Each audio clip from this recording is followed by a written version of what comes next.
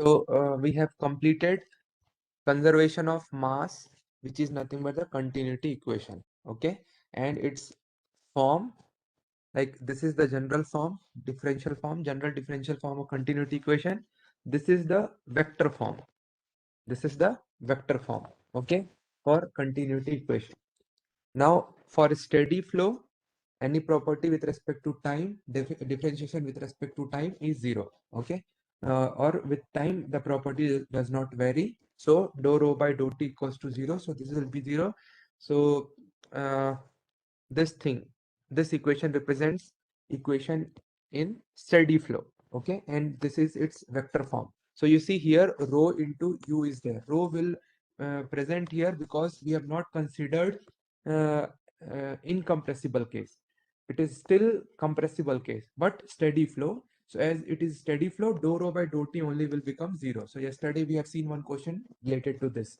And when we consider it as incompressible flow, density is constant. If density is constant, then if this term itself is this density itself is constant, then this term will be 0 and density will come out of differential, and finally we'll get this equation. So this is equation applicable for applicable for incompressible flow. Whether steady unsteady not matter. Okay, it does not matter. And then we have seen that uh, dou u by dou x can be written in strain rate in x direction, similarly in y direction, and then in z direction. So if you replace these terms in a continuity equation, we'll get what? This, which is equals to 0. So this is known as volumetric dilation, or the volume does not change with volume does not change here, as it is indicated by incompressible flow also. Okay, because this equation dou u by dou x plus dou v by dou y plus dou w by dou z is equals to 0 is applicable for incompressible flow, and if it is incompressible, volume will not change. Delta v will be 0. So delta v by v is equals to 0. So this is volumetric strain, and in fluid we study strain rate. So volumetric strain rate will be 0. That's what incompressible flow continuity equation indicates. Okay, and then this is our continuity equation in cylindrical case. Okay, cylindrical coordinate, and this is in cylindrical coordinate but for incompressible flow. Then we studied about stream function. Points to be noted here was, this is our what is stream function? Any scalar variable. First point was any scalar variable, if you take its partial derivative with respect to y, and if it is giving you u, and if you're taking partial derivative with respect to x and it is giving you velocity in y direction with negative sign, then this function, this is the first thing. And if it is satisfying, and if you are putting u and v in continuity equation, and if it is satisfying it, then we call this variable as stream function. So this is the first point to be noted. Second was, it is applicable for 2 dimension. Okay, this is the second point to be noted. Third means it should satisfy continuity equation, which is the basic thing. Okay, for stream function. Another point, fourth, is when you are putting this in irrotational flow equation. What is irrotational flow? We have our omega z, which is our means rotational equation, whether means to check whether what is the angular velocity of any fluid particle. It is dou v by dou x minus dou u by dou y. For if we put this u and v here, then we get what? Laplace equation. This is the fourth point to be noted. Okay, fourth point, for for irrotational flow, stream function satisfied for irrotational flow. When you put this stream function here, in the condition of stream function here, we'll get what? Laplace equation. This is the fourth point. Then another point is the another point was what? Streamline. Along streamline, the stream function is constant. Okay, this was the another point to be noted. Okay, now next is the physical significance of this, which is what it the stream function represents what volume flow rate. Okay, this we have completed in last class. It represents volume flow rate. Last class we have seen this thing. And then next was velocity potential function. Velocity potential function, here the first point was it is valid for what? First point, velocity potential. It is valid in a case for a fluid flow which is far away from solid surface. Like if I have a plate here and fluid is flowing over this plate, so far away from this solid plate, far away from this solid plate where the effect of viscosity is not seen, or in viscid region, there only the velocity potential function is applicable. So this is the first thing to be noted. And then of course it is valid for inviscid, incompressible and irrotational flow. This we have seen in last class. Okay. Second, as it is applicable for irrotational flow, so obviously del cross means this del cross velocity vector is equals to 0, or curl of velocity vector is 0. Okay, this we have seen. Then another point was how to write the equation. This is the equation in 3D. Okay, for velocity function, if you means what equations we get, like if you are taking derivative of phi with respect to x, you should get u, derivative of phi with respect to y, you should get v, and z you should get w. So it is applicable for 3D. This is that one more point to be noted. And in some books you will find with a negative sign, also, so that is also correct. Okay, so if you putting here negative, then in stream function they take ulta sign. One u wala will be negative and v wala will be positive. So both convention is same. In different books you will find that sign convention. Okay, and then for irrotational flow, now here velocity potential, what we have studied, if it should satisfy what? Irrotational flow equation, which is this. So if you are putting your equation in this one, it should satisfy, you should get 0. This is the satisfying condition. And another, what is the result? Result will get from continuity equation. So if you put this thing in continuity equation, you will get Laplace equation. So these are the things we studied in velocity potential. Then both are perpendicular, both stream function curve and velocity potential curve, or we call it as equipotential curve. Both are perpendicular to each other. This also we have completed in last class. And this is the means examples, like blue lines indicates streamline, and this black dotted line represents equipotential line. Okay, and it is not perpendicular at which location? Stagnation point. Here it is not perpendicular. Okay, so this is the point. Next we studied about conservation of momentum. Okay, in conservation of momentum, from basic equation, Newton's second law of motion, which is mass into acceleration. Basic equation, mass into acceleration. Now which is external force equals to external force. External force we divided into two part: body force and surface force. Okay, and body force is what? Which is proportional to volume. Surface force is what? Which is proportional to surface area. This we have studied in last lecture. Body force example is weight, surface force example is pressure force, shear force. Okay, now which all forces we see in a fluid flow is gravity force, pressure force, viscous force, force due to compressibility, turbulence and surface tension. These all forces we see in fluid flow. When fluid is flowing at a fluid element, these forces are acting. So if we combine all these forces, we'll get this as the general equation for fluid flow, which is known as Newton's equation of motion of fluid.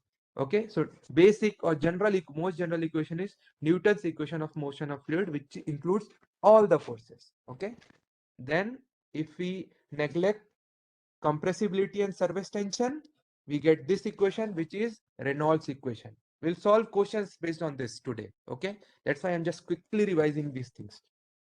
So Reynolds equation we get when we neglect compressibility and surface tension. If we neglect compressibility, surface tension and turbulence also, then we get what? Navier-Stokes equation. So Navier-Stokes equation includes what? Gravity, pressure, and viscous forces. Okay. Then Euler's equation. In Euler's equation, if we consider inviscid flow, like if we neglect viscous force also, then we get Euler's equation. So in Euler's equation, only two terms are there. One is gravity force, another is pressure force. Okay. And then if we assume steady flow also, if we assume a steady flow, okay, first thing, this is our Euler's equation, which we have seen in yesterday's class. Okay, this is our Euler's equation. Yesterday class we have solved one question. There it was asked which among this which one is Euler's equation. So this was there in the option. Okay, so this is the Euler's equation, and if we consider steady flow also, then starting with that equation, which is steady flow equation, steady flow Euler's equation, starting from this equation, we can integrate and we'll get what? Bernoulli's equation. So the differential form of like this also they can ask, differential form of Bernoulli's equation is which equation? It is Euler's equation. Okay, differential form of Bernoulli's equation is Euler's equation, or if you integrate Euler's equation, you will get Bernoulli's equation. Okay, so this thing we have seen, and Bernoulli's equation applicable for inviscid, steady, and incompressible flow. This is the important point to be noted. So this also we have seen yesterday. And Bernoulli's equation is means it is what? It is energy equation. This Bernoulli's, although we have started from conservation of momentum equation and we got this equation, but actually this is what? This is energy equation of motion along a single streamline. This also we have seen yesterday. Bernoulli's equation applicable along a single streamline only. You cannot apply like this is 2R streamline. You cannot apply here and here. No, along a single streamline only you can apply Bernoulli's equation, not on two different streamlines. Okay.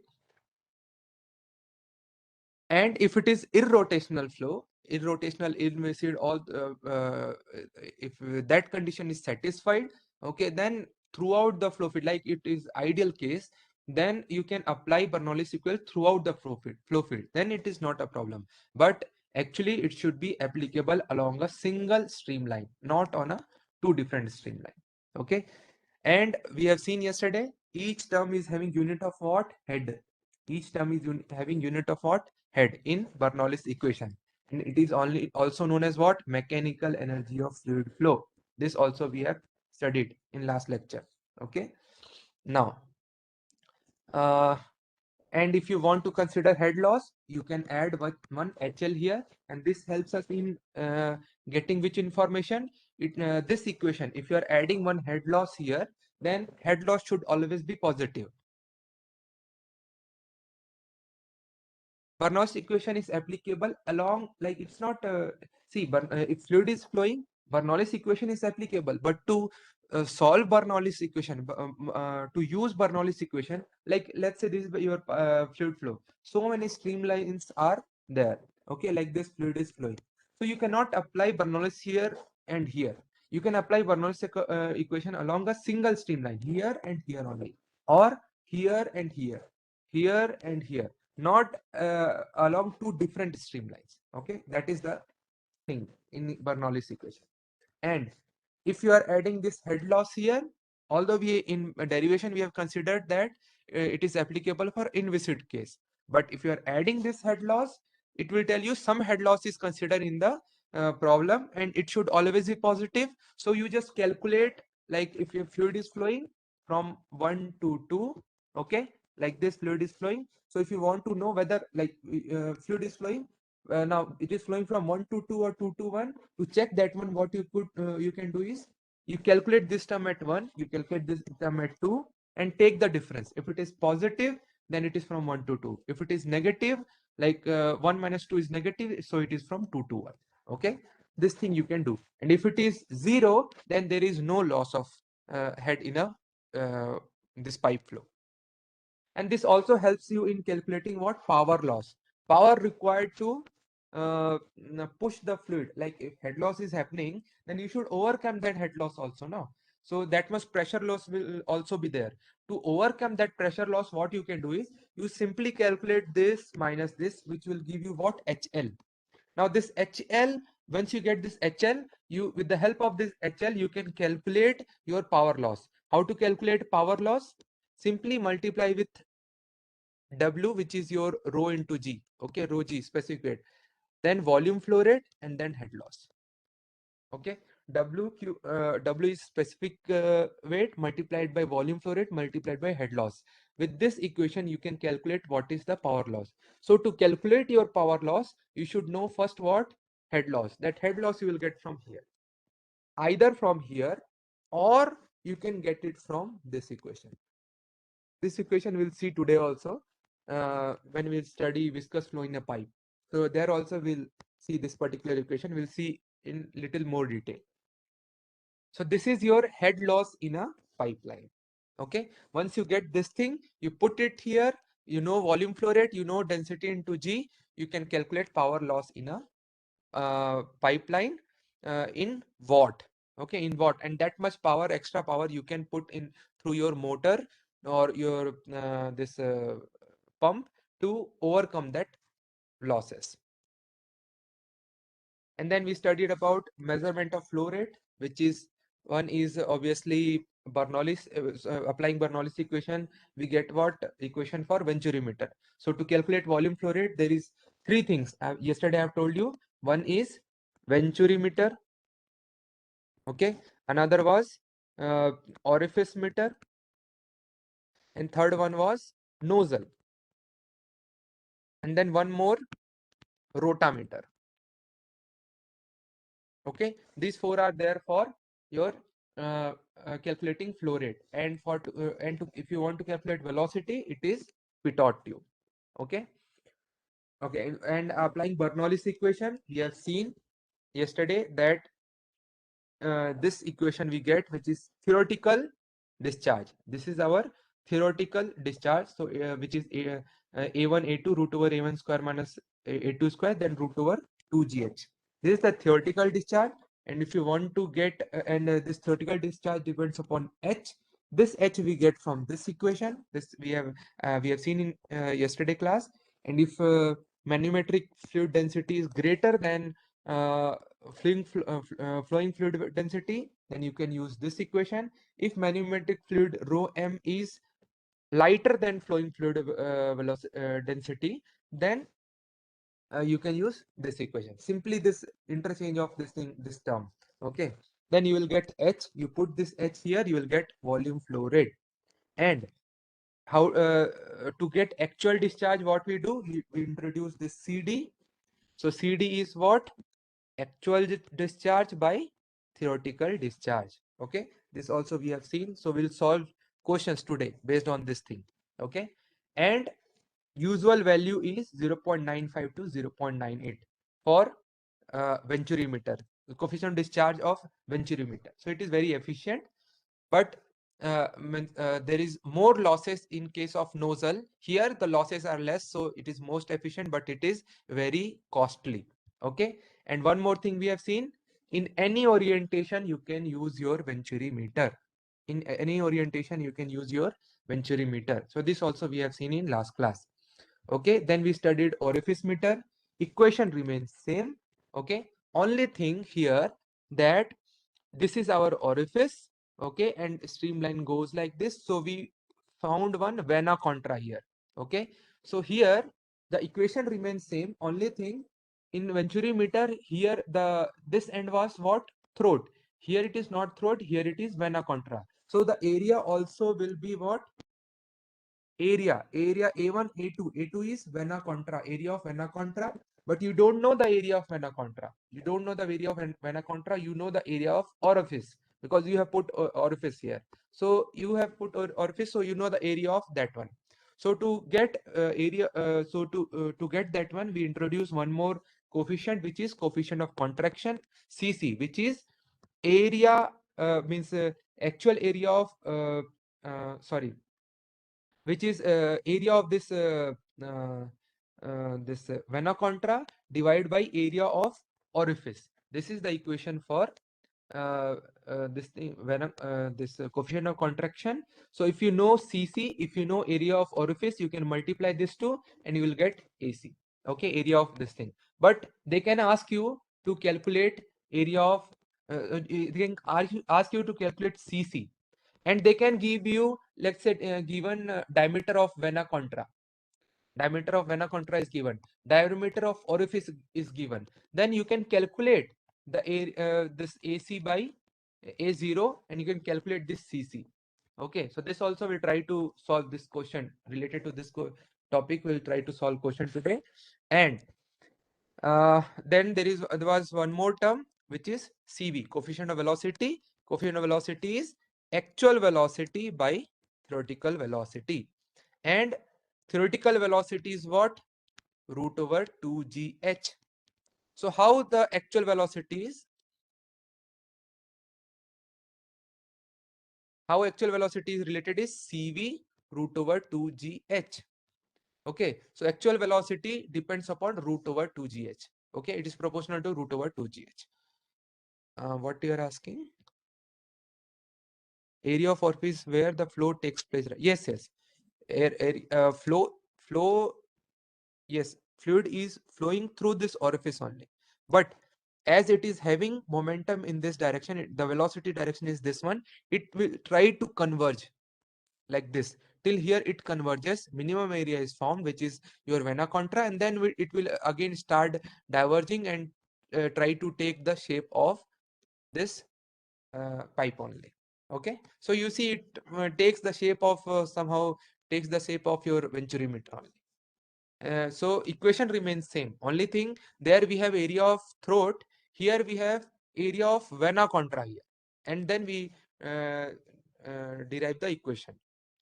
And one more thing I have told you, discharge is area into velocity. So relation for CD, CV and this thing also, CD is equals to CC multiplied by CV, because CD is related to discharge, CC is related to your area, and CV is related to your velocity. So this also we have seen yesterday class.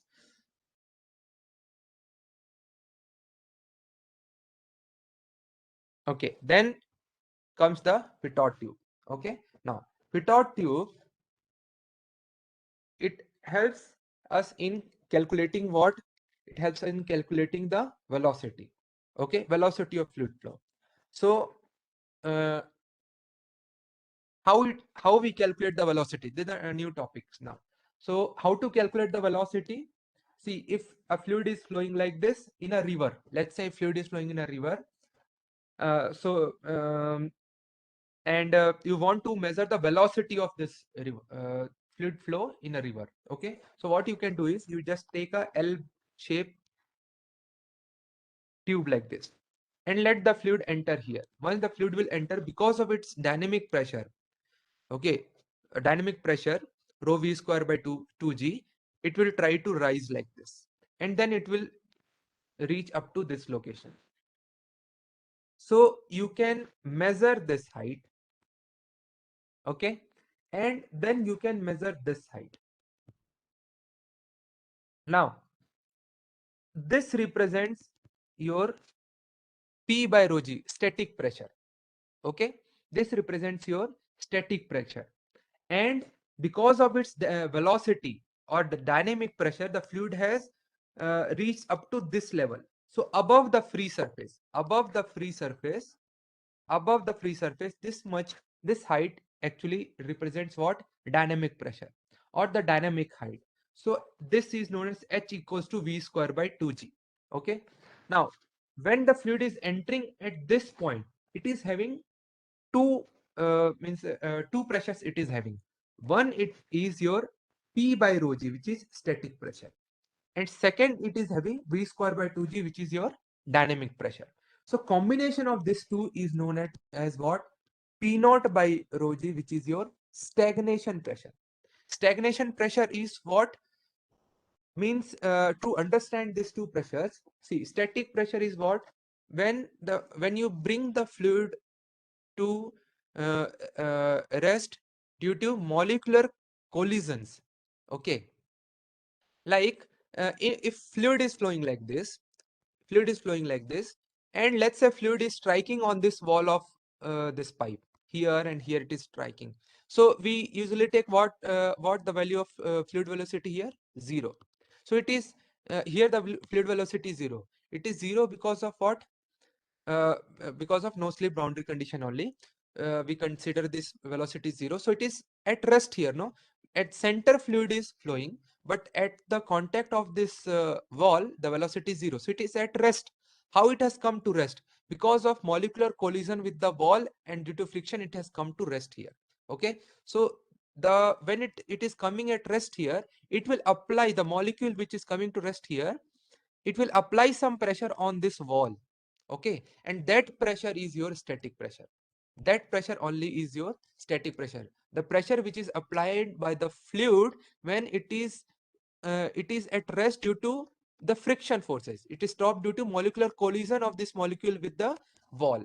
So that case is your static pressure. How much pressure it is applying on the wall when it is at rest. Now, but at center, if you see, the fluid is moving.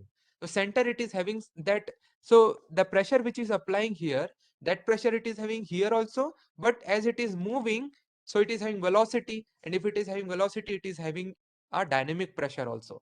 Like if you open a tap, if you open tap, fluid is flowing like this, coming out from the tap from here. And if you put your arm here or your palm here, you will feel that pressure due to what? The velocity. So that is known as dynamic pressure. Due to velocity, it is having some pressure, that is your dynamic pressure.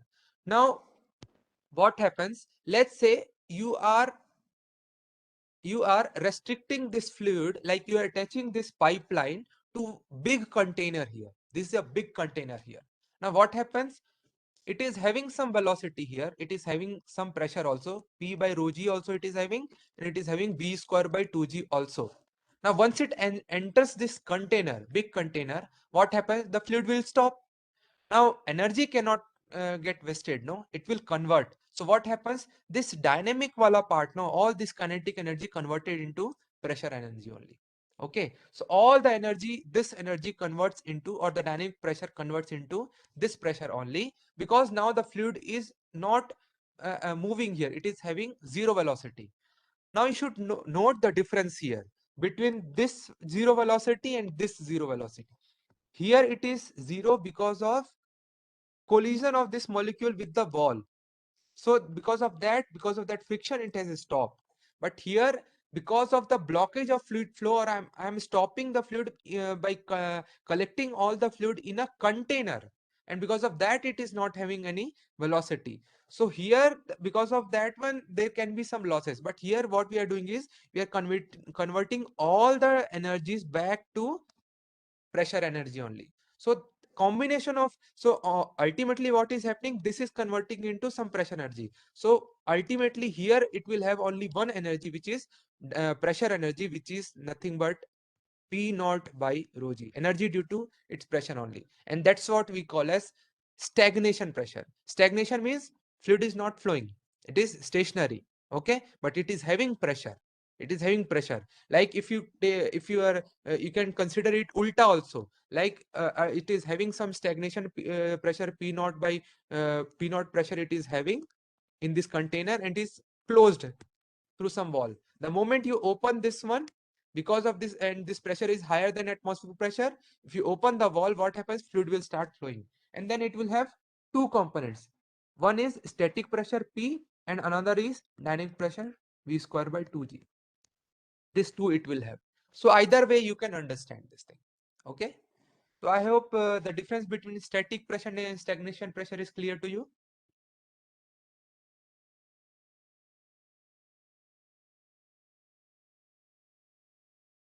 Okay,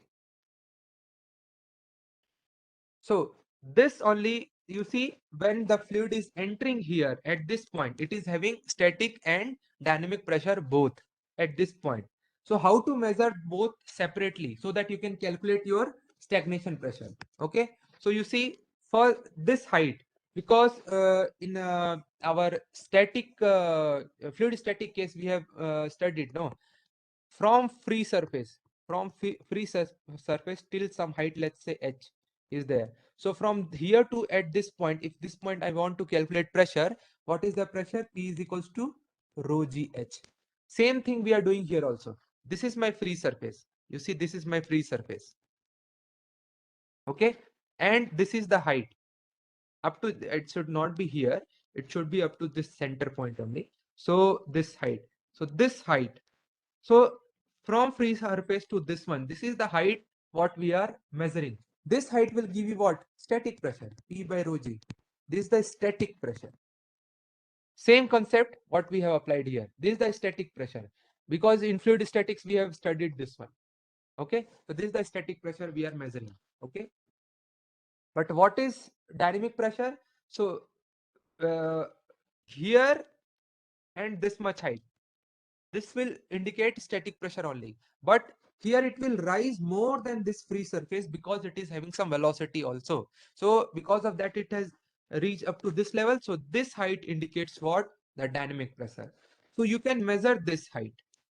Now what you can do is, you so we addition of this two is what? Stagnation pressure. Now you take this term here, so P naught minus P is your what? Rho v square by 2. Now this is equals to what? Rho g h. H is which height? This height, not this one. Okay, it is indicated here. So because we are writing this now, this is our dynamic pressure. Now dynamic pressure we want to write in terms of head, that's why we are equating with respect to rho g h. Now this h you do not confuse with this height, it is this height. Okay, so if you are able to measure this particular height directly, if you are able to measure this particular height directly, what you do, let's say you have measured it as 2 meter. Okay, then you directly apply this formula, h equals to v square by 2g, and you know h is 2 meter, you know 2 and g, you can calculate velocity. Yes, we can find velocity directly from here. Okay, so this is one way. This is one way to calculate velocity. Another way is, either you know, if you able to measure this height, you will get static pressure, and if you know the stagnation pressure, you take the difference. Like in question they can give, this is the static pressure, this is the stagnation pressure, you just take the difference and you equate with rho v square by 2. Okay, you will get the velocity. So with this also you can calculate your velocity. Okay, so this is case for your uh, so this is how we calculate velocity with the help of what? Pitot tube. So pitot tube is not flow rate measuring device, it is velocity measuring device. Is it clear to everyone?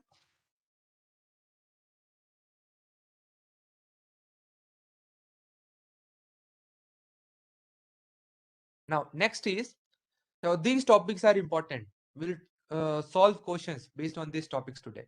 Okay, so now let's say we have a tank here. Okay, and we want to measure what is the velocity at this point. So what happens, this is our orifice, and when fluid flows, this indicates fluid is coming out from orifice. Now when fluid is coming out from orifice, what happens after some, like I've told you, when orifice is there and when fluid is coming like this, it forms vena contra, minimum area actually at some location, and this is vena contra. This is our state point 2, which is indicated here.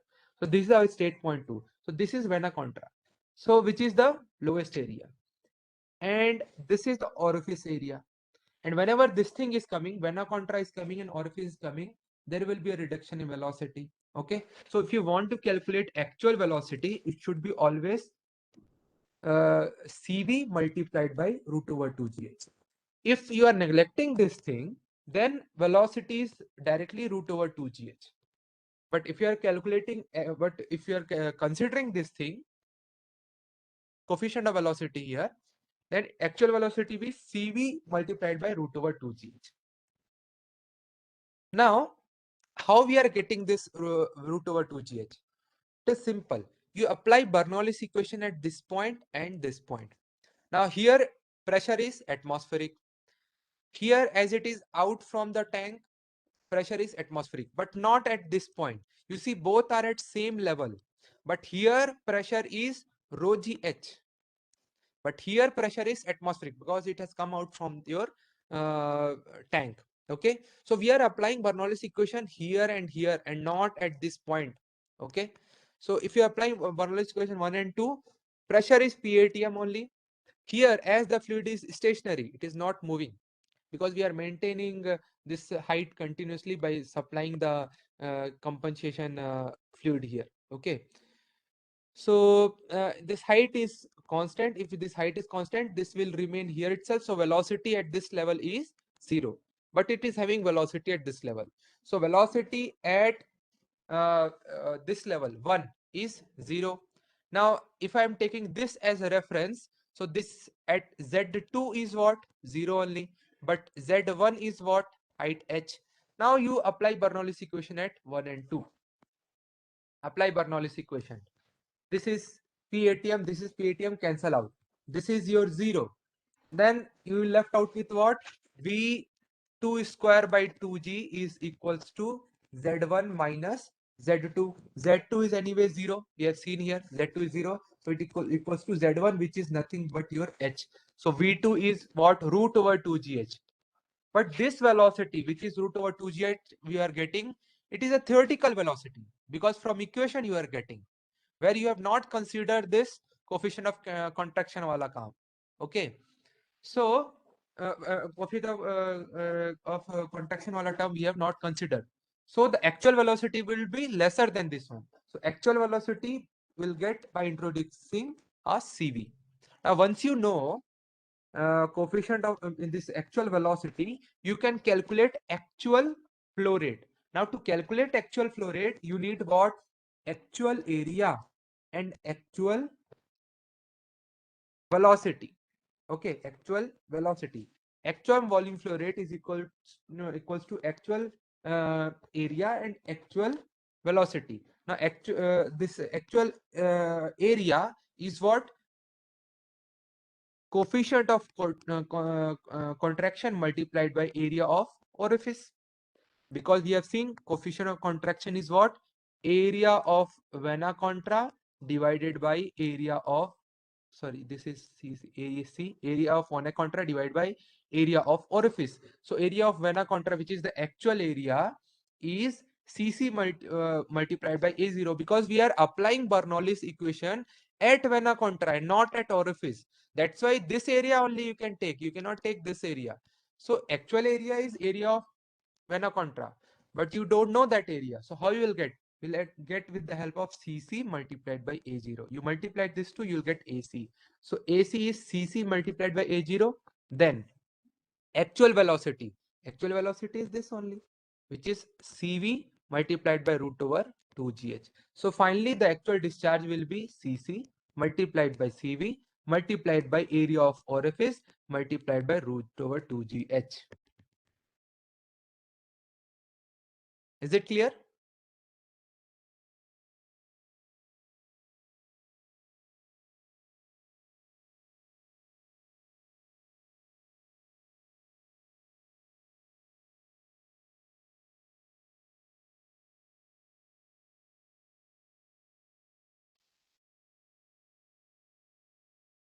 Shall I move to next topic?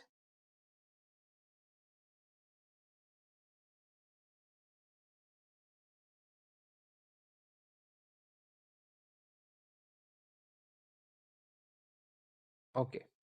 Now, next is how to calculate CV, CC, and CD. You see, first you should you'll have to calculate what? You'll have to calculate CV. So this we can calculate with the help of our this projectile motion. If you must have studied, no? Projectile motion, it takes parabolic form. So when a fluid is coming out, a parabolic curve it follows, no? So you see, when a fluid is coming out from this orifice, it will fall like this, and this is a part of parabola. Okay, so this shape will be parabolic. So what you can do is you just measure, you want to measure at this point, at point P. So you want, what is the x distance from here?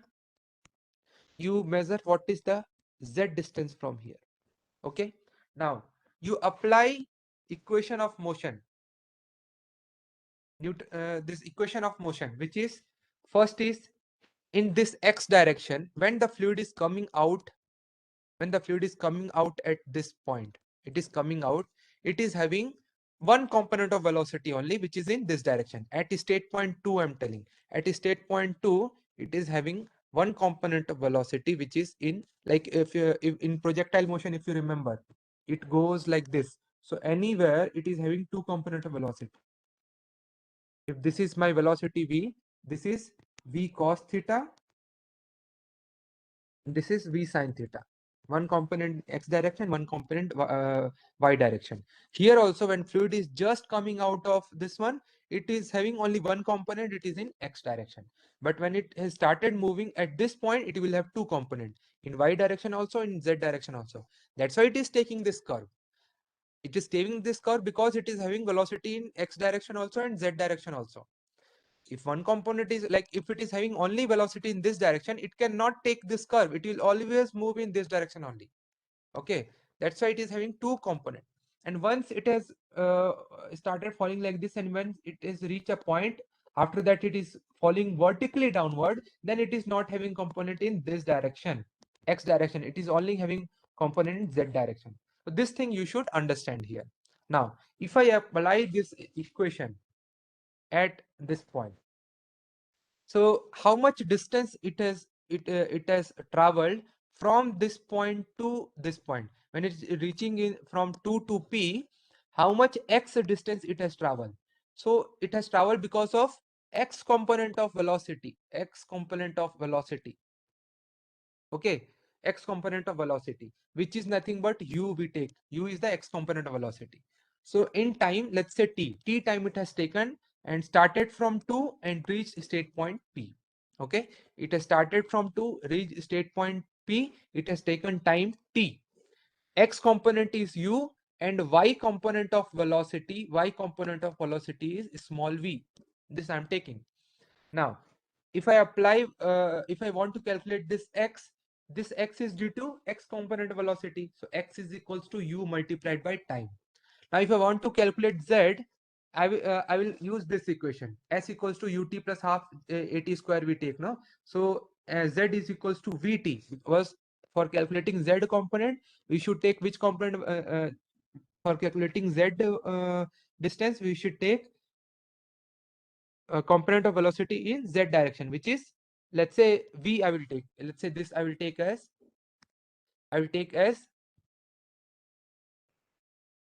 z direction. Okay, so this is our v here. Okay, so z is equals to vt plus half gt square. Okay, now we know this thing, and we know this thing. Now you replace this t is equals to x by u. You replace this t here. Okay, so we'll get this equation. And at state point 2, we know velocity v is 0. That's why we are getting this equation. So if you replace this one, you will get this equation. Okay, now one more thing here, you rearrange this thing to get u square. So you are getting u square is equals to this thing. Now you are getting this u square, or you can take root over and you will get u actually. Okay, so you can get from your root over, and all these things you will get, but this u what we are getting is your actual velocity, because this is the actual flow of your fluid, and this much distance x and z, what it has traveled, it is traveled because of its actual velocity and not the theoretical one. So with the help of x and z, with the help of measurement of x and z, what velocity you are getting? You are getting the actual velocity. If you put x here and z here, you will get actual velocity. But what is theoretical velocity? Theoretical velocity is root over 2gh. So we have defined coefficient of velocity Cv as u divided by root over 2gh. So you know u from here. By measuring x and z, you can know your u. You put that u here, and you know height, this height. With the help of this, you know what? The theoretical velocity, which is root over 2gh. With this, you will get what? Coefficient of velocity. So this is how we calculate coefficient of velocity. So this you can remember. They can ask, what is the coefficient of velocity formula in terms of height and actual velocity? So this is the equation. Oh, sorry, not this one. This though anyway you remember, you know, this equation in terms of x and z. Now, if I replace this u,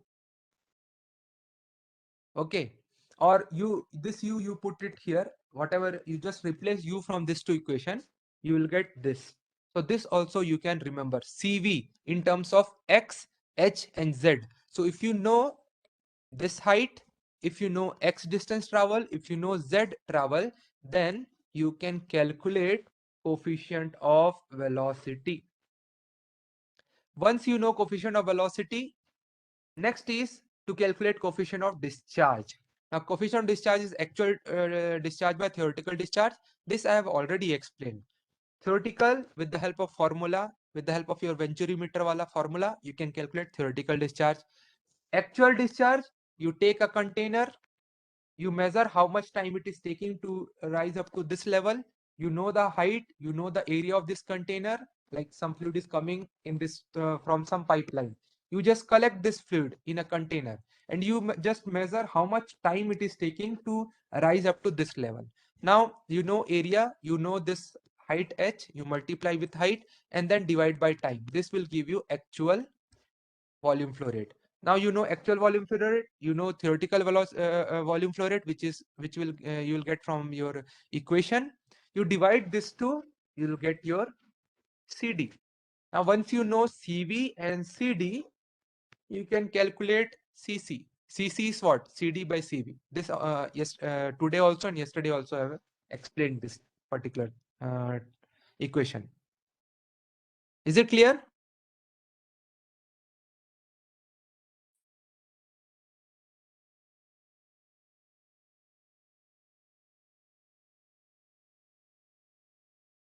Okay. Now next is large vertical rectangular orifice. Now you have a large, like this height, this height is there. This is the orifice actually. This is the orifice, and from this view, if you see, the orifice looks like rectangular shape and not circular. Till now, we have seen the orifice in a circular shape. But if it is a rectangular shape, from this view, if you see, it looks like this rectangular shape. Then and it is large one. So this is the height from free surface at this point, and for this point the height is h2. So h2 minus h1 will give you the height of this orifice. Okay, now what is the volume flow rate coming out from this rectangular orifice? Remember, rectangular orifice. Will solve question related to this one. So to calculate this one, again we'll apply same formula. Discharge is always small. We'll try to calculate discharge through this small strip first. Small strip first, and then we'll integrate. So through this small strip, the small amount of discharge is what? Always area multiplied by velocity. And actual discharge will be what? CD. This D is actually subscript here. Okay, so CD multiply by area multiplied by velocity. Now CD area of this strip. This is what? Height of a strip multiplied by width of the strip. This is a rectangle. So B multiplied by DH. This is the area of this strip here. So area will be B multiplied by DH. Now velocity at this point. Velocity at this point, I have taken this from free surface. I have taken this point H at some height H. General height H I have taken. So velocity at this point will be what? Theoretical velocity, it is root over 2gh.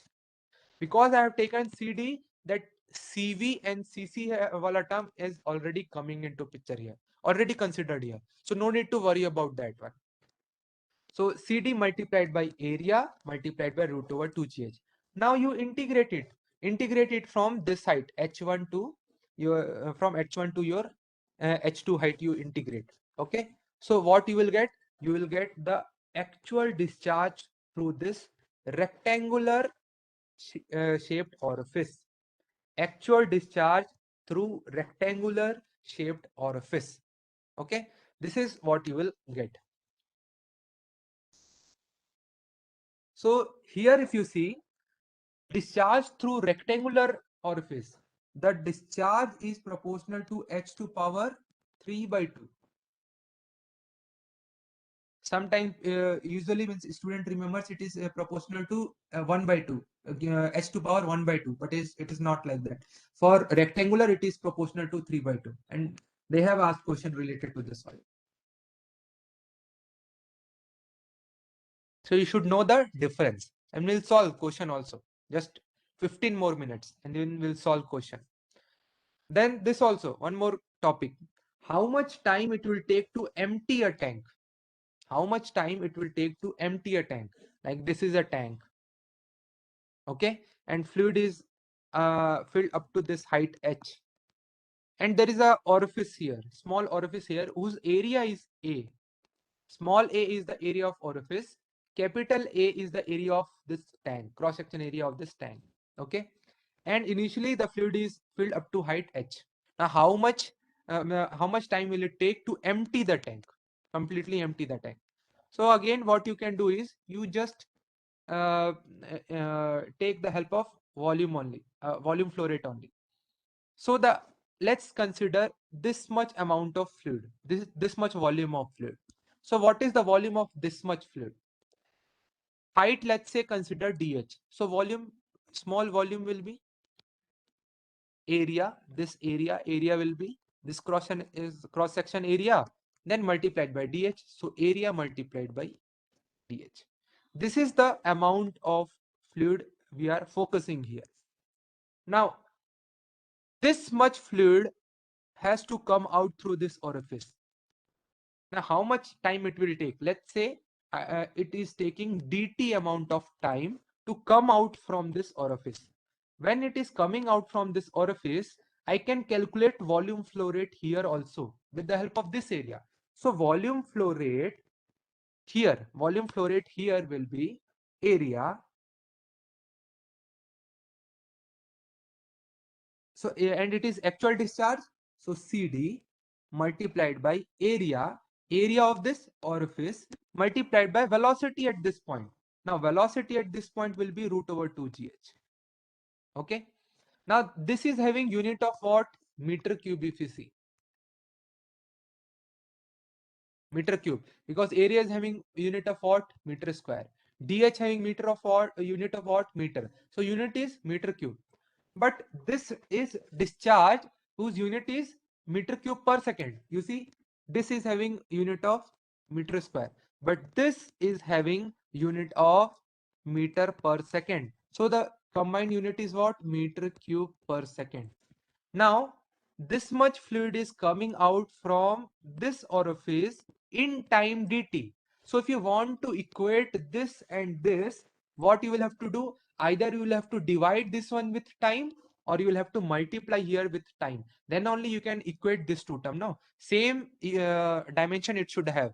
So what you can do is you simply multiply with time here. CD multiplied by area multiplied by root over 2gh, then multiply with time. So now this will have unit of meter cube, and then you equate this with area multiplied by dh. Now you rearrange the term. See, this is equation what we are getting here. Okay, and as it is emptying here, we have taken negative sign. With the time, the height is reducing. With the time, the height is reducing. That's why we have taken negative sign. Now you take this dh, this root over 2gh here, because you can integrate h with respect to dh only, and time wala term you can keep it on one side. So time here and all other terms here, and then you integrate it from 0 to h. You integrate from 0 level to h level. They can ask you from some level, this level to this level only, how much time it will take to reduce the height from this level to this level. So you integrate from, let's say this is h1 height and this is h2 height from bottom. This is h1 height and this is h2 height. So you can integrate it from h1 to h2. But here it is asking completely emptying the tank. So emptying means no fluid should left out. Then you can integrate it from 0 to this height h. So you are integrating from 0 to height h.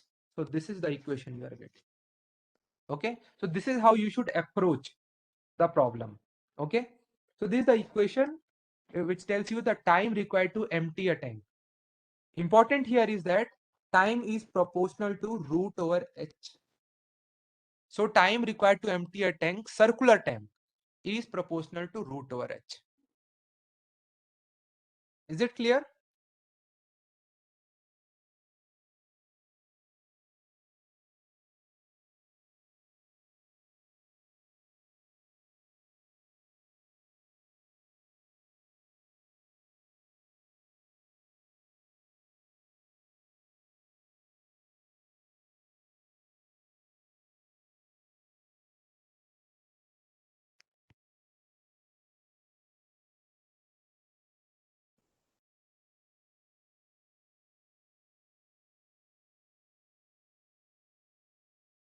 Okay.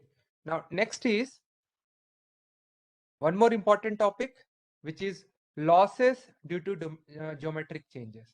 So there can be two types of losses. Okay. There can be two types of losses. One is major loss, another is minor loss. Okay. There are two types of losses in a fluid flow, like fluid is flowing in a pipeline or any duct. There can be two types of losses. One is major loss, another is minor loss. Now, what is major loss? The loss occurring due to viscosity of fluid or due to friction between layers of fluid. Then we call this as major loss.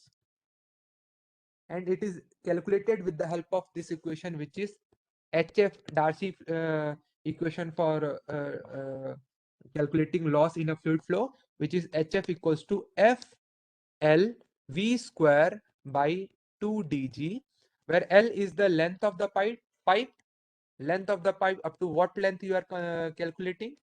Okay, length of the pipe. D is the diameter of this pipe. Okay, and V is the velocity of fluid flowing here. So the head loss here is FLV square by 2 dg. Okay. Now, this head loss is proportional to velocity square, you can see here. Okay. Now, this is known as major loss, and it is occurring because of what? Viscosity or friction. So they can ask you, major losses occurs due to four options they can give. It occurs due to what? Viscosity of fluid or due to friction between the layers. Okay. Now,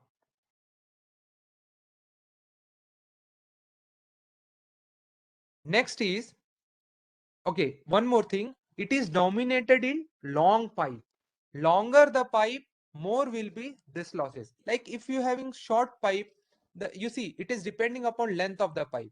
This loss is depending upon length of the pipe. If pipe length is shorter, it won't affect means this losses will be not that much. It is more if it is like it is in meters or kilometers, 1 kilometer, 2 kilometer long pipes it is there, or in meters also if it is there, it is effective in that in those locations. But short length is there, then it will not be that effective, so we generally neglect in that cases. Now, minor losses. What is minor losses? Minor losses are losses which occurs due to abruptly change in geometry.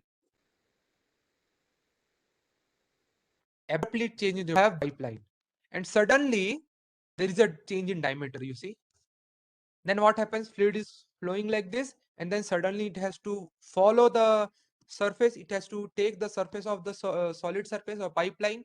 So today, take that one, there will be a losses in the corner. Wakes will form here,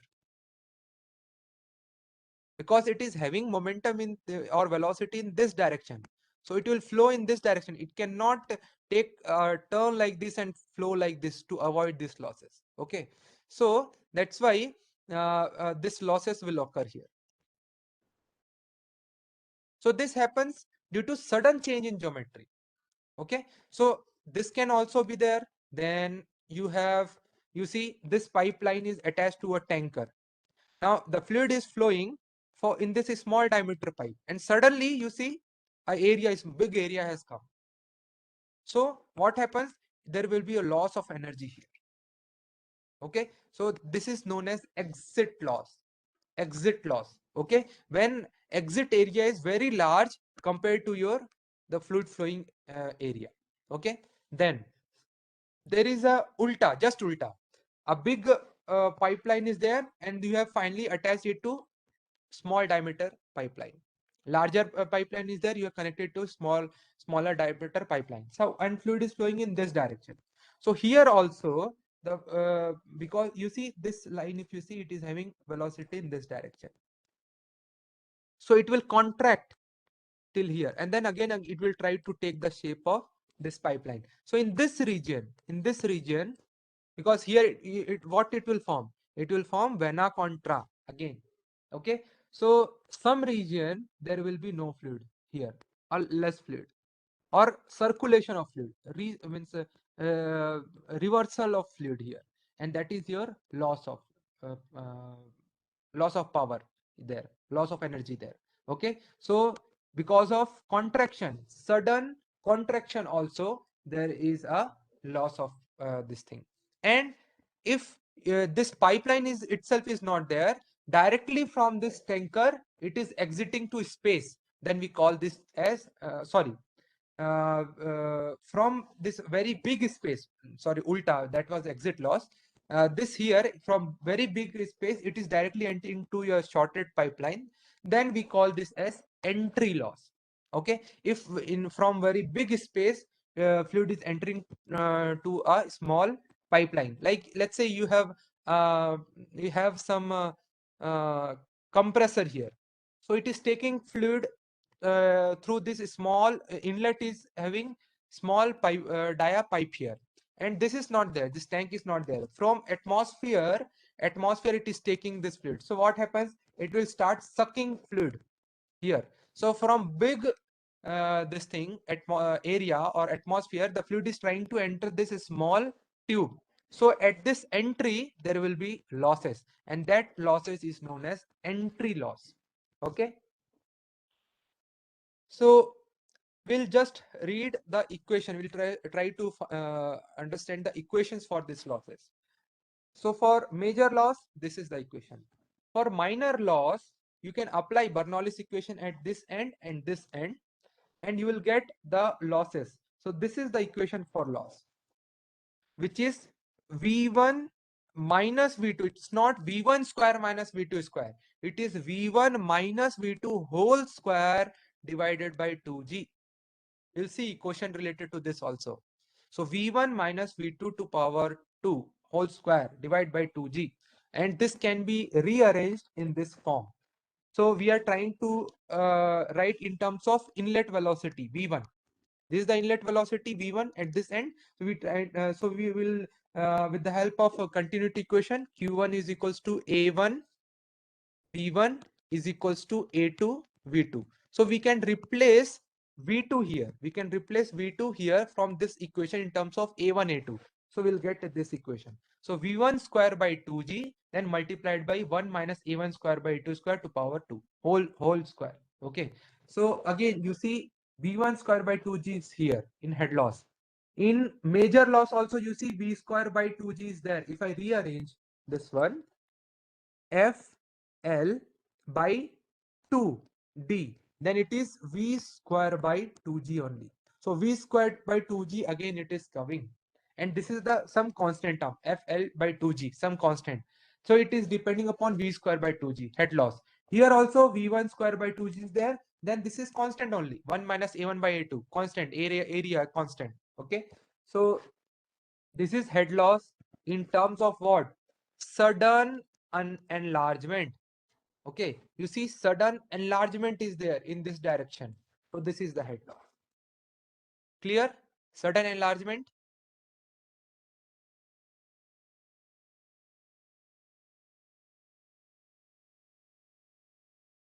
You leave the derivation part. We don't have much time for derivation part. Okay, that if you want, you can refer any book for this one. Okay, so this is the equation for sudden enlargement. First thing you should note, sudden enlargement. Then exit loss. What is exit loss?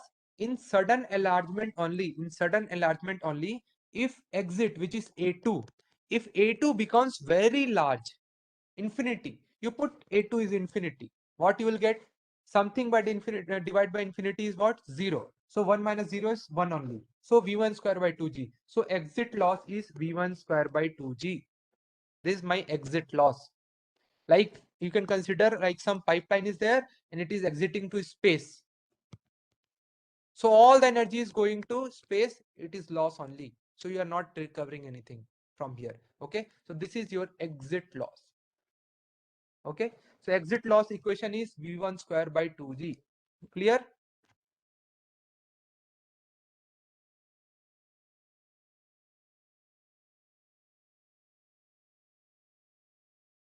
Now sudden contraction. We have seen sudden enlargement. Now we'll see sudden contraction. So you see there is a sudden contraction here. For sudden contraction also we'll have same equation, but we'll apply continuity equation one here and one here. So same equation will get, you see, head loss is equals to VC minus, because we are applying one at vena contra. We always apply one at vena contra and another at this pipeline. So here, because here you'll have more losses, no? So VC is VC minus V2 whole square divided by 2G. Okay, this is the equation. Again, with the help of a continuity equation, AC VC is equals to A2 V2. You can replace your VC in this equation. So you will get equation which is this thing. Now for this one, this particular 1 by Cc minus 1 to whole power 2, this term can be given some constant which is k. Okay, because usually term, this particular constant is calculated with the help of some instrument, or with the experiments only we calculate. So this is what some constant multiplied by v2 square by 2g. So here it is v2 square by 2g, you note it is v2 square by 2g, v2 square by 2g. For sudden enlargement, this was v1 square by 2g. That is the difference you should note. You see, this is v1 square by 2g. Okay, but here it is v2 square by 2g.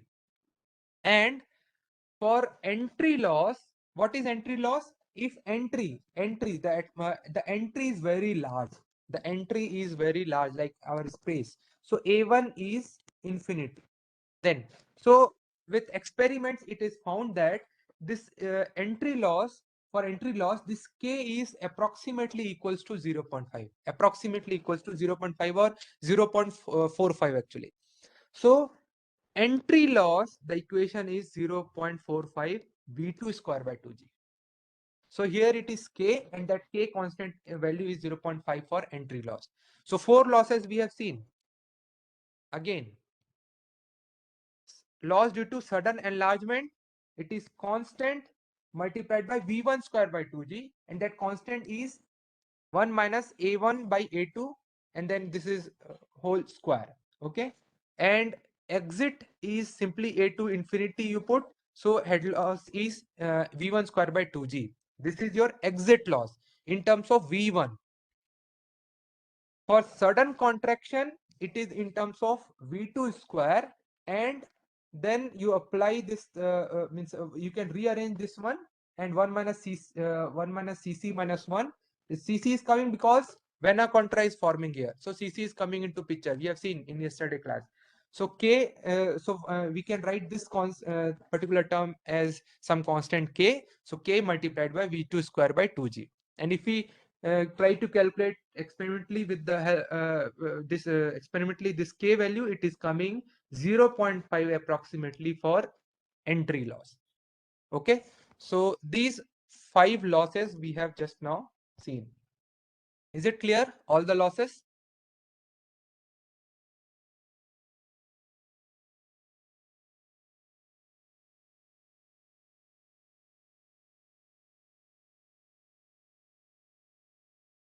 Okay.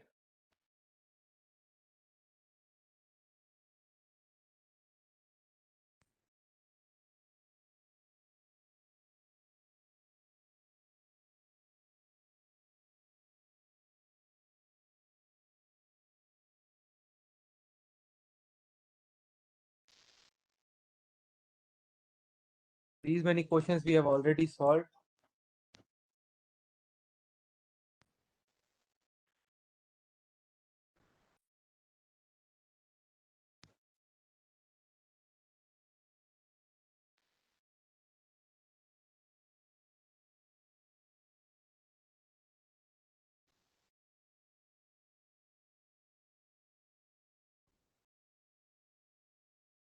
Yesterday we solved these questions.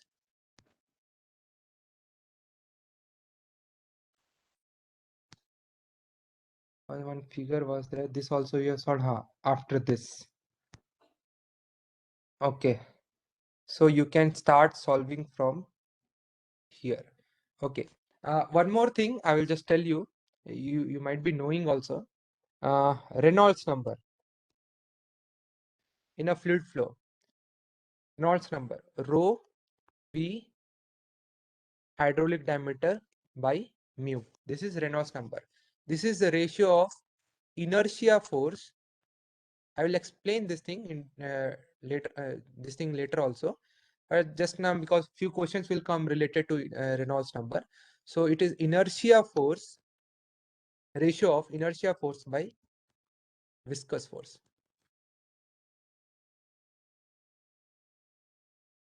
So this tells you the relative strength of inertia force by viscous force. See, inertia like mass into acceleration. Some fluid is flowing.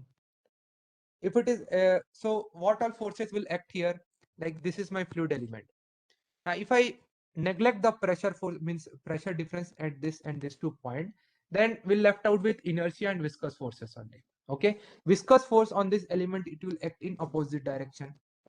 Viscous force, because it's a force due to friction between two layers, and inertia, it is acting in this direction, it is flowing in this direction. If viscous force is very high, then like viscous force is very high, then the fluid will not able to flow quickly in this direction, so it moves layer by layer. In that case, very slowly it moves, and it moves layer by layer. No mixing of fluid from one layer to another layer happens, and that is your laminar flow.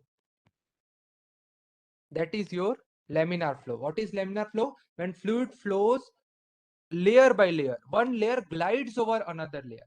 There will be no mixing of fluid. Okay, one layer glides over another layer. There is no like this thing will not enter in this layer or this layer. Okay, that happens in case of your turbulent flow. So because viscous force is so high and inertia is less, it is not allowing the fluid to enter in another layer. Okay, this is the one thing. So if viscous force is high compared to inertia, then uh, it is laminar flow. And viscous is higher, means denominator is higher than this one. So Reynolds number will be lesser only. Okay, and ulta, if inertia force is higher than viscous force, like or friction force, then what happens? It is having inertia, it is having so much velocity. So what happens in that case? This will try to enter another layer and it will try to move, then it will move like this. So much mixing happens. Okay, and velocity is very high, so inertia is high. And if inertia is higher than viscous forces, then this layer does not glide over another layer, it the mixing happens instead of that. Okay, so in that case Reynolds number is very high. Okay, now there is a demarcation between this, so that case is turbulent flow. Okay, that is turbulent flow. Now there is a demarcation of this number which tells you the Reynolds number and turbulent, which tells you the laminar flow and turbulent flow. So for pipe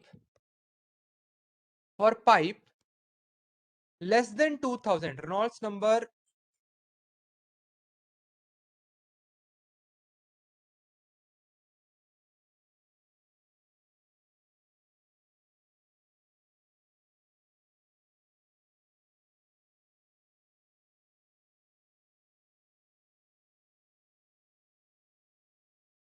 or Reynolds number less than 2000 or 2200 you can take, then it is laminar flow. Reynolds number, because means in between also I have to write. So okay, let's write means separately only. So Reynolds number greater than 4000, then it is turbulent flow, and in between it is having transient flow, transition flow. Okay, so this is for pipe. These numbers 2000, 4000, it is for pipe. If they ask you for plate, let's say fluid is flowing over a plate, like this is my plate, and if this fluid is flowing over this one, this plate, does this Reynolds number still holds good? Like if Reynolds number less than 2000, you'll get laminar flow, and above that you will get turbulent flow. There, here the number is different. Reynolds number less than 10 to power 5. Reynolds number less than 10 to power 5, then it is laminar. Up to 10 to power 5, it is laminar. Above this, okay, above 10 to power 7, in fact, it is turbulent. Okay, in fact, into 5 also you can take 5 into 10 to power 5. Up to this Reynolds number, over a flat plate, the flow is laminar. And after this transition happens, and this thing this turbulence come into picture. So you should not because usually student remember that 2000 to 4000, that indicates the means that will tell us about the laminar or turbulent flow, but that will only tell you the flow inside a pipe and not over the flat plate. Okay, for flat plate the number is different. Is it clear?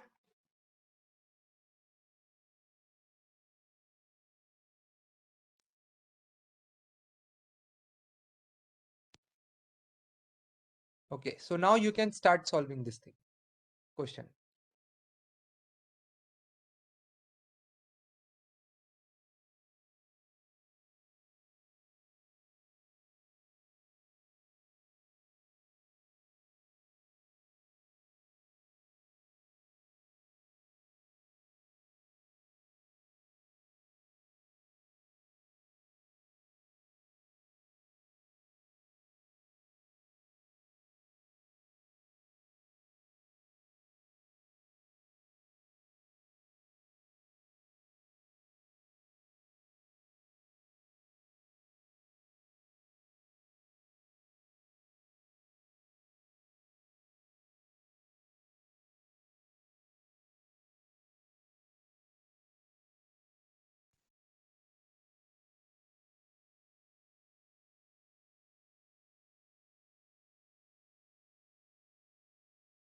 Prabhakar, what is your answer?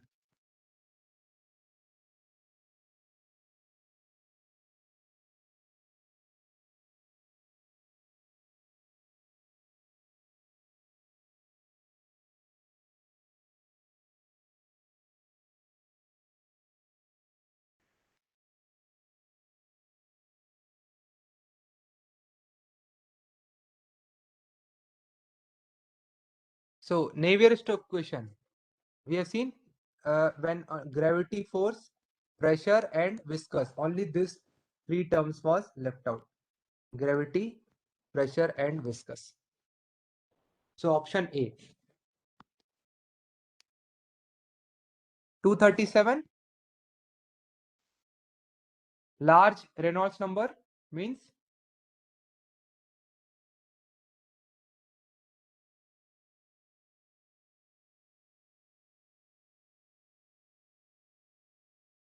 both is correct, only turbulent flow or highly turbulent flow. They will not give like this, only turbulent flow will come.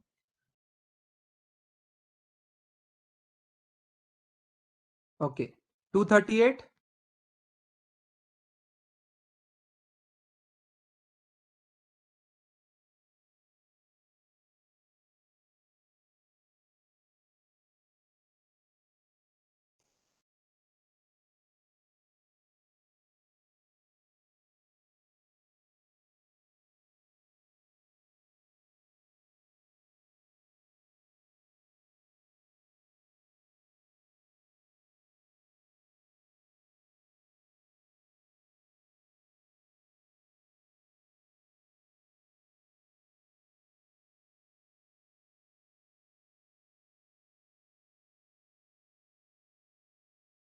Naveen, am I audible or not?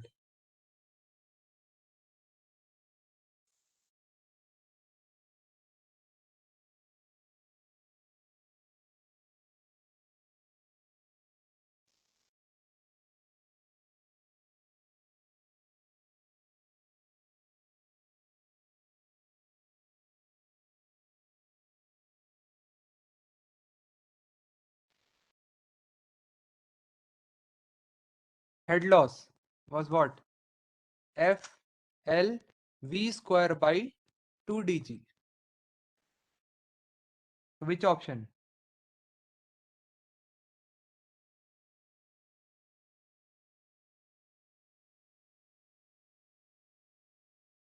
is A? No, F L V square by 2 dg.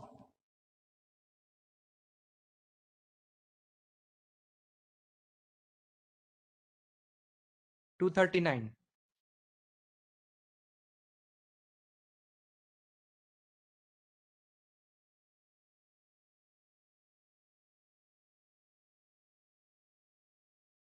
It is less than 2000.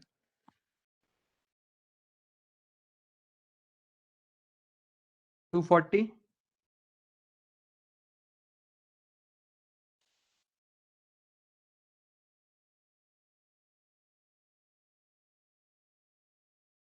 Uh, all are same only.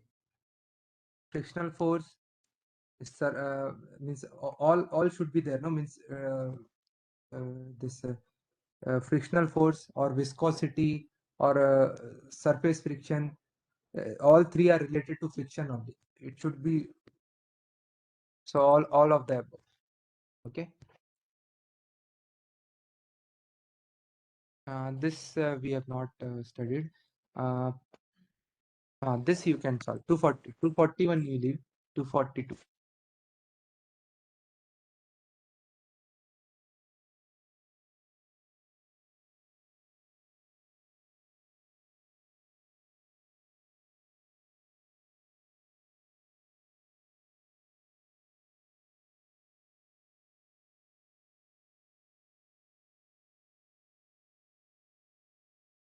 Prabhakar is not there or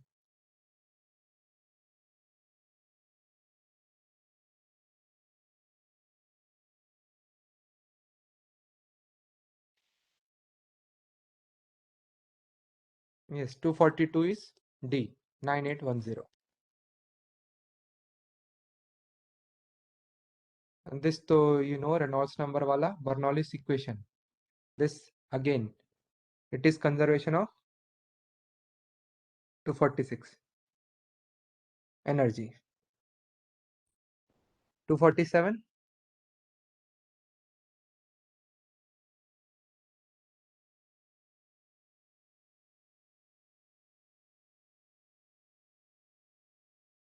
like hydraulic press we know na.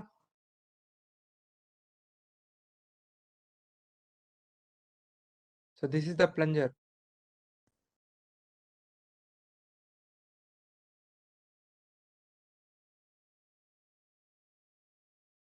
So with small weight you want to lift larger area weight.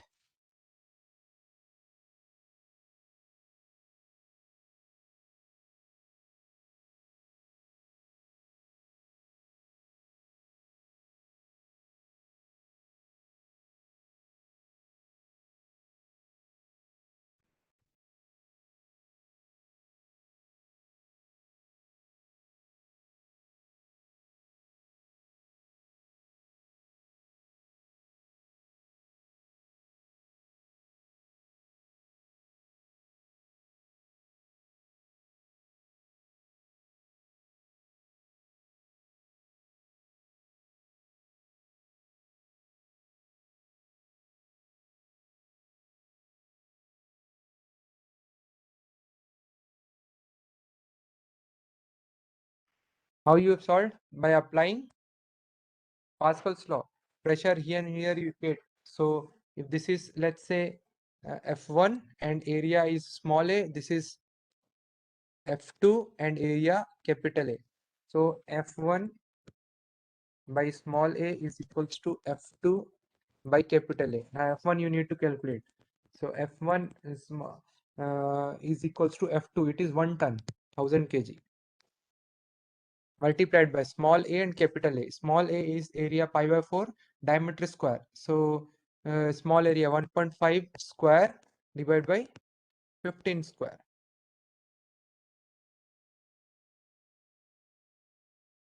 So divide by, so if you cancel out, uh, this will get 1 by 10 into 10. So 10 only will left out, no F1. A option.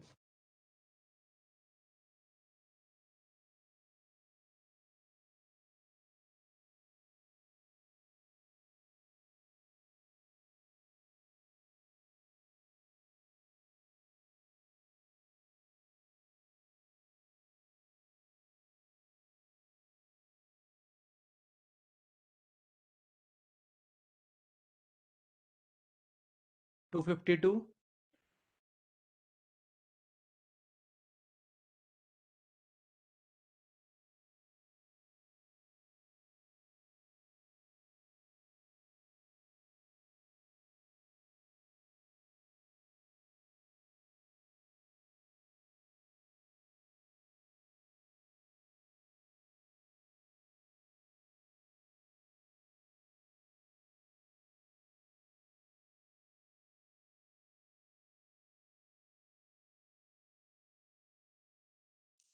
A head loss formula, Darcy-Weber equation for this energy loss over a length, F L V square by 2 dg. No, this is a Darcy equation for head loss. It is proportional to what?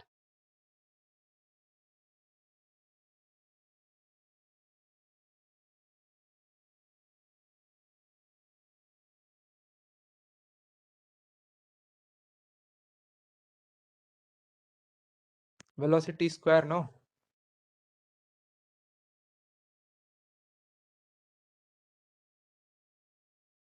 26. This one. Next question.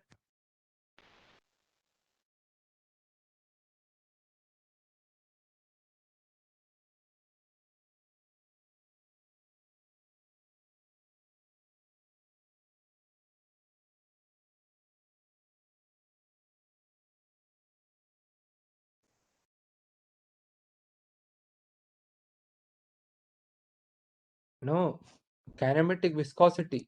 See, Reynolds number is dimensionless. Friction factor, this F, it is dimensionless only. This friction factor only. F, it is dimensionless.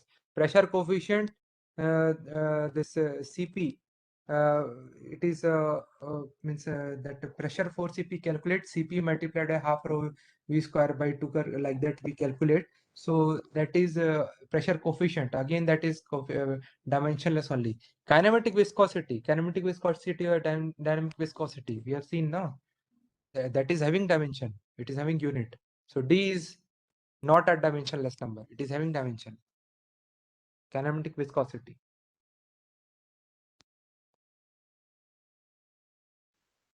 260.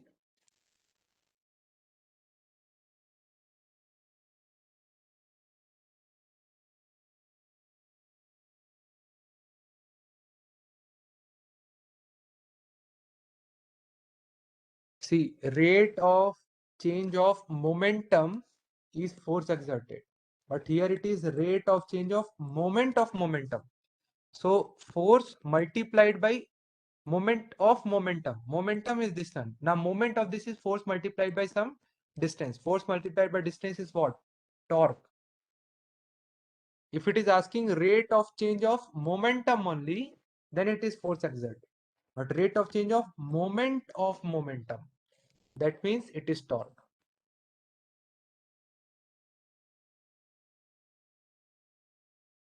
Reynolds number, it is ratio of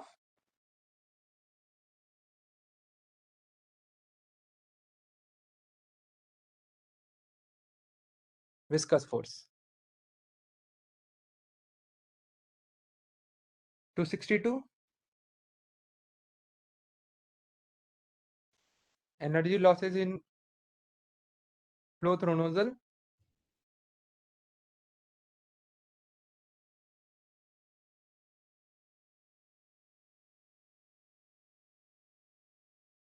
See, venturimeter is more efficient, so their losses are less. So in nozzle, energy losses is more compared to venturimeter. In nozzle, energy losses are more. We have seen energy losses, pressure losses are more.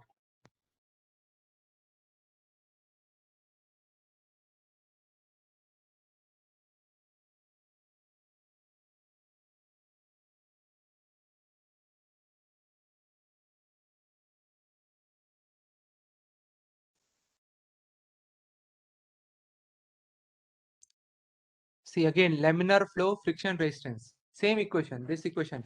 Darcy friction force, that only will tell you laminar flow losses due to this friction. FL V square by 2 dg.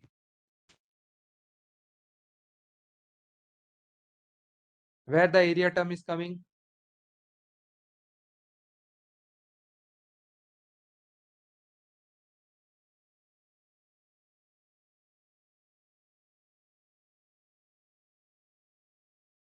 So one thing anyway, one more means way of writing this equation. You see HF is equals to FLV square by 2 dg.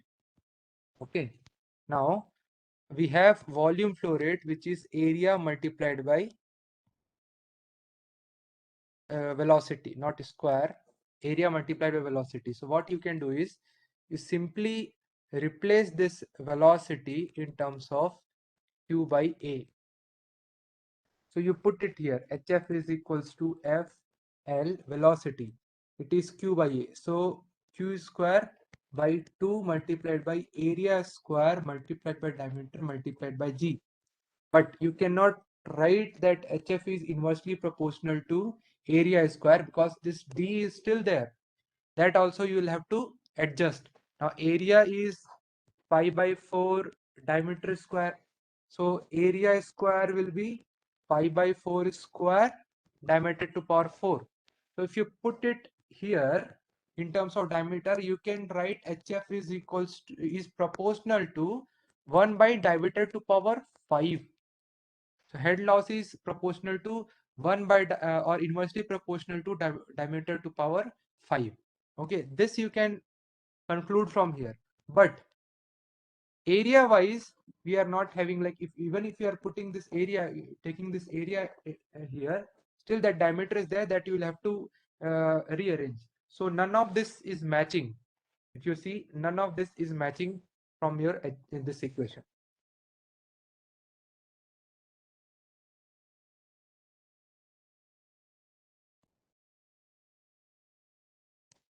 Okay, so none of the above is the answer. Now 28 268, sorry.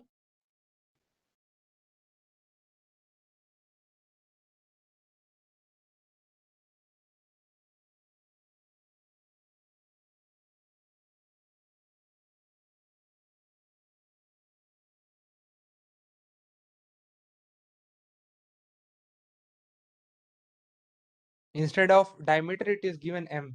D.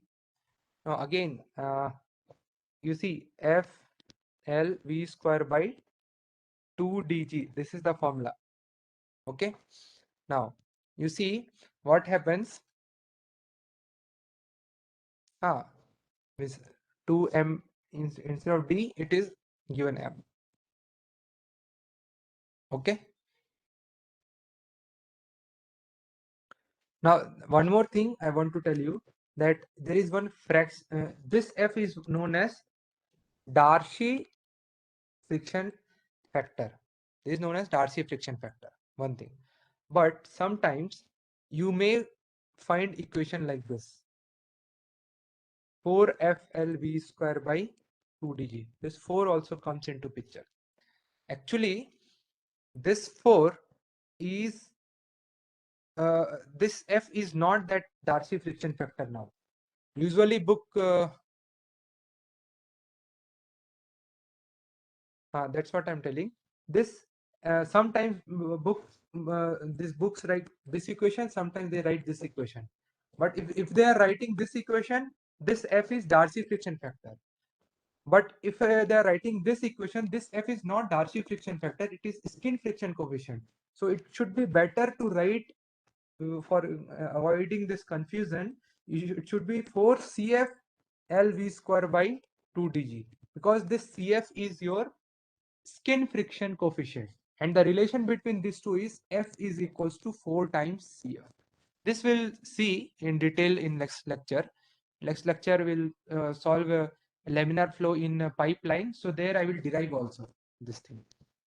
So, but this is, if 4 is there, no, this coefficient is friction coefficient, skin friction coefficient. But if 4 is not there, only F is there, then this is Darcy friction factor.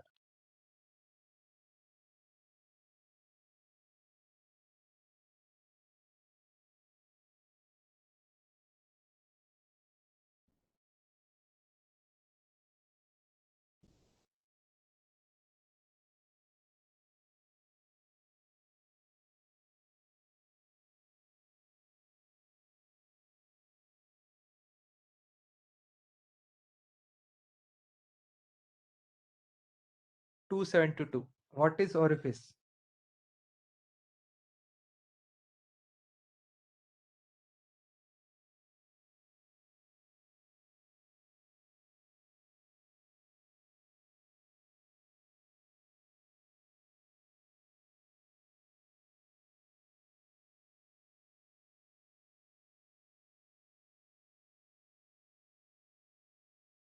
Orifice, circular shaped, having small this circular opening is there. So this is the answer. A is the answer. Now, average value of coefficient of velocity, its value means its value range. So it is very close to this one. Okay, CV velocity, CV root over 2gh we have seen, no? Actual velocity is equals to CV root over 2gh. So the CV value is very high. It is very close to 0.9798, like that we get. So this you can note. Coefficient of velocity value, it is very close to 0.9798. Now 274.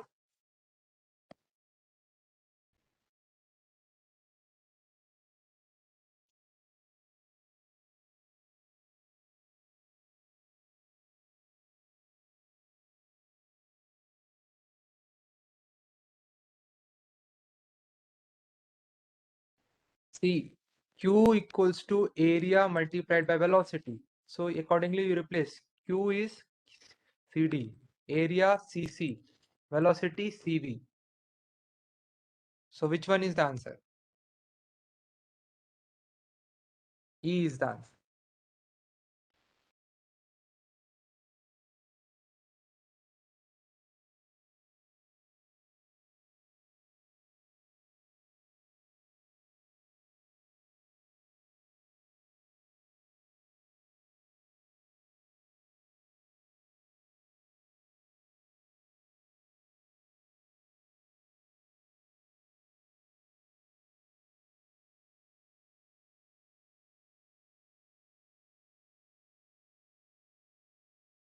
See, it is ratio of actual discharge to theoretical discharge, no?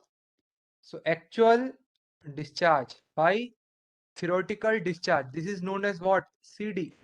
Now CD is given as CC multiplied by CV. CC multiplied by CV. So D is the answer. The ratio of actual discharge to theoretical discharge. It is known as what? CD. Now CD is also given as CC multiplied by CV.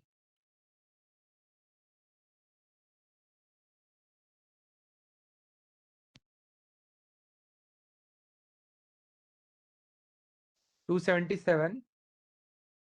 This you can remember, value of coefficient of discharge. CD value we have seen, no? See, coefficient of velocity is always near to 0.97, 0.98, very high value.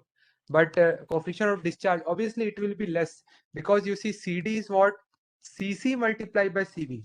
Now, if this is whatever value it is attending, you multiply something with this value, which is, let's say, even it is, let's say this is my 0.9 and this is also my 0.9, then this CD will always come lesser than CV, no? It will always come lesser than CV. So 0.9 multiplied by 0.9 is 0.81. So CD is always lesser than CV. Clear?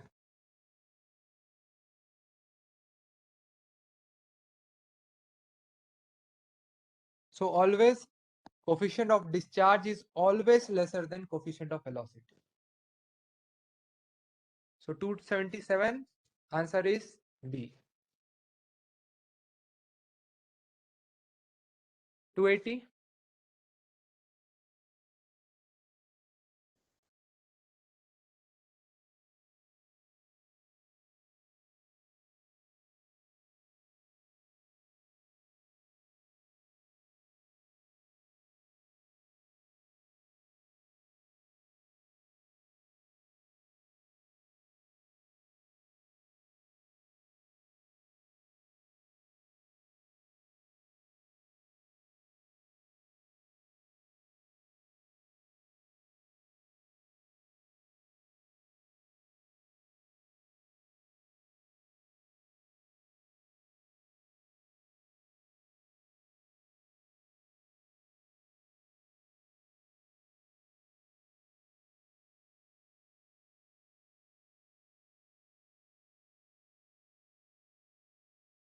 How come it is this? See, coefficient of contraction, it can never be greater than 1, no? First of all, it can never be greater than 1. And coefficient of contraction is what? Area of vena contra divided by area of orifice. Area of vena contra is pi by 4. Diameter of vena contra square divided by pi by 4. Diameter of orifice square. This will cancel out. So it is diameter of vena contra. So it is given 80. So 80 square divided by 100 square. So 8 8 just 64. So this is the answer.